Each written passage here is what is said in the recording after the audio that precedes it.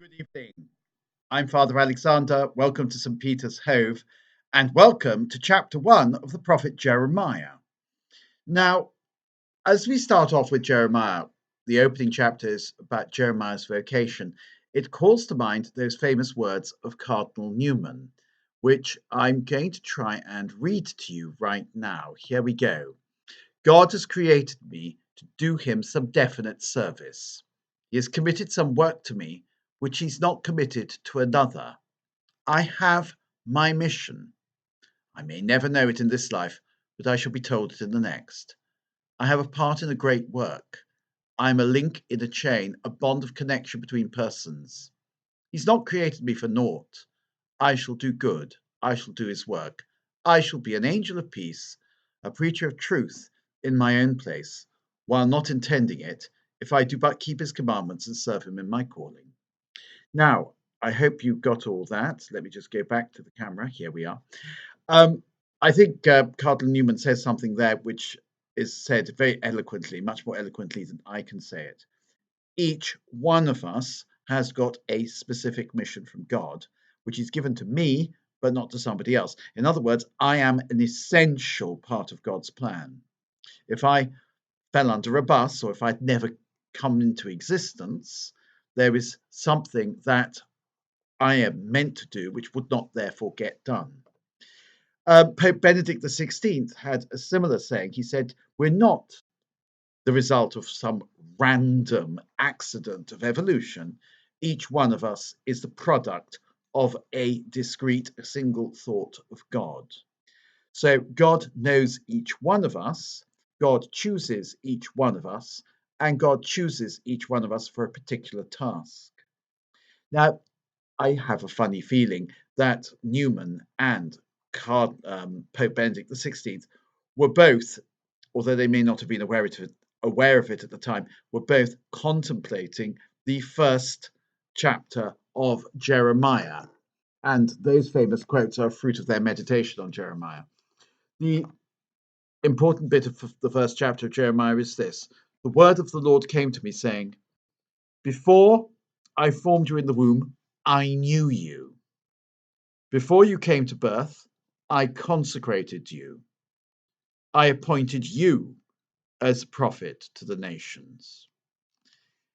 One assumes that this word of the Lord came to Jeremiah when Jeremiah was quite young, probably a teenager. And God says to him, "Before I formed you in the womb, I knew you. Before you came to exist, before the conception in your mother's womb, I had you in my head. I knew you. You were the object of my knowledge. And then I formed you." So I had an idea of you, then I formed you. "Before you came to birth, while you were still in your mother's womb, I set you aside. I consecrated you. I marked you out for a specific task. I appointed you, even when you were a fetus, when you were an unborn child, as a prophet to the nations." In other words, God, in making you, Jeremiah, also called you at the moment he made you. He didn't make you and then think, well, what's the purpose of this thing I have made? I know I'll use this person for X. No, he called you and made you at the same time. From the moment you were created, you had a vocation, you had a purpose, and you had an appointment, you had a job to do. And it's obvious from all this, one thing that's not said, but it doesn't need to be said because it's obvious, God created Jeremiah for this purpose as an act of love. God, when he made Jeremiah in such a way that Jeremiah would do the job that only Jeremiah could do. And he made Jeremiah in the best way possible so he might do the job in the best way possible. In other words, God did not produce something that would be turned back by quality control at the factory gates. He made somebody who was ideally suited to be a prophet. Now, it's a beautiful little passage, this, and it's also extremely important for us to realize that Jeremiah became Jeremiah at the moment of his conception. He was a unique individual person at the moment of his conception. In other words, human life begins in the womb at the fertilization of the egg. As soon as Jeremiah was conceived, Jeremiah was in his fullness there. Very small, it has to be said, but fully formed, just needing development.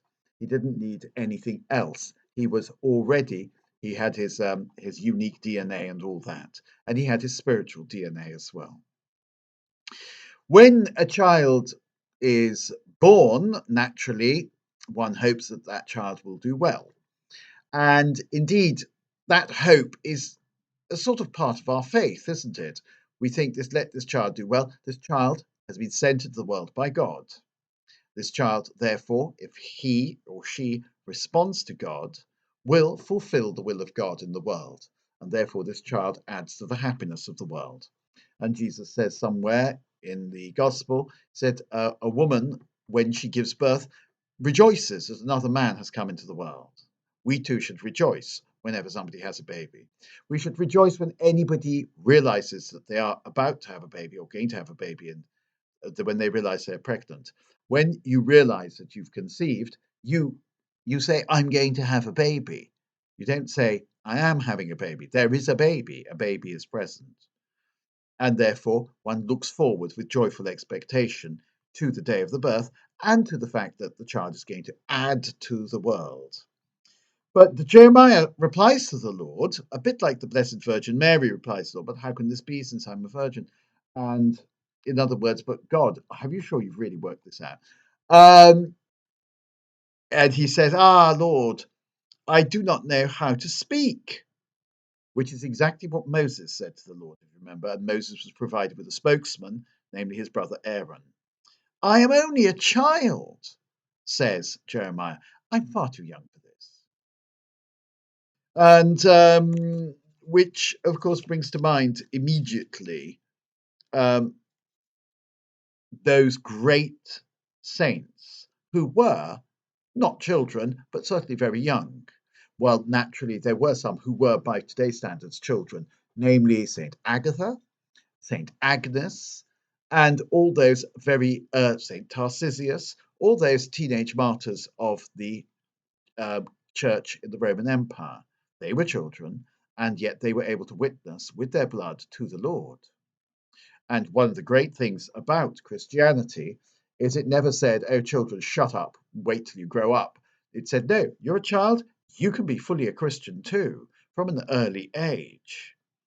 And that was certainly true of Tarcisius, it's certainly true of Agatha, it's certainly true of Agnes, and all the other young martyrs of the Catholic Church. I'm only a child, but even our own days, we've had child saints who have spoken truth to power. And they've said, I'm only a child. I don't have a degree, don't have a doctorate in theology.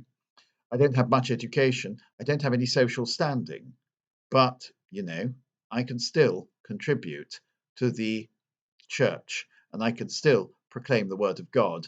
I can still be a prophetic voice of the church. I'm thinking in particular of St. Bernadette, who was ignorant and poor and unimportant. I mean, really unimportant. In the time she was born, the Second Empire in France, where poverty was very much on the agenda, a period of rapid industrialization, Bernadette and France was becoming rich. Bernadette was left behind. She was at the bottom of the social pile. And yet this girl, ignorant, poor, rather underdeveloped, because probably suffering from malnutrition, this girl became one of the greatest prophets of Catholicism in the 19th century. There's no doubt in my mind about that. Bernadette is one of the greats. And she shows us something about Catholicism which no words, no people who speak great words can really do. She shows us that everybody is important in the eyes of God. That's what she shows us. And that when God, she actually illustrates the words of the Magnificat. My soul doth magnify. He has raised me, he has raised up the lowly. And he did that in Bernadette. And again, of course, we have Saint Therese of Lisieux, who was very young when she died, very young when she went into the convent, who got into the convent through the personal intervention of Pope Leo XIII, who she sort of ambushed at a public audience, saying, I want to be a nun, but I'm too young. Can you please sort it for me? Again, she was a truly revolutionary saint. And similarly, this Jeremiah, a child, a teenager, don't worry, God is going to make you eloquent. And the eloquence of God is frequently expressed not in words, but just in being. But the Lord replied, do not say I am only a child, for you must go to all whom I send you and say whatever I command you. Do not be afraid of confronting them, for I am with you to rescue you, the Lord declares. Don't be afraid. And that beautiful phrase, don't be afraid, comes again and again and again. One of the great things about people like St. Tarcisius and so on and St. Agatha, they weren't afraid. They really weren't. They didn't get it. They were meant to be afraid. But, they really didn't get the memo. Shut up and be afraid. No, they were just fearless. They were too young, maybe, to be afraid. We, of course, are terribly afraid, terribly apologetic. We need to realize we have been called by God to proclaim his word.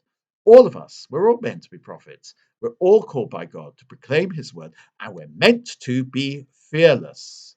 And God goes on, there, I put my words into your mouth. Look, today I have set you up over the nations and kingdoms to uproot and to knock down, to destroy and to overthrow, to build and to plant. And indeed, that's something that those saints I've mentioned certainly did. They knocked down, they destroyed, they overthrew. I mean, St. Agatha defeated the Roman Empire. Okay, they killed her, but she was the winner in the end. And to build and to plant. You are going to be the ones, these saints, the ones who planted the church, replanted the church, tended the church, made the church grow. And similarly, if we answer our prophetic vocation, the church will grow. All of us are called to be prophets, but we need to be courageous if we're going to do that. All the very best. Bye.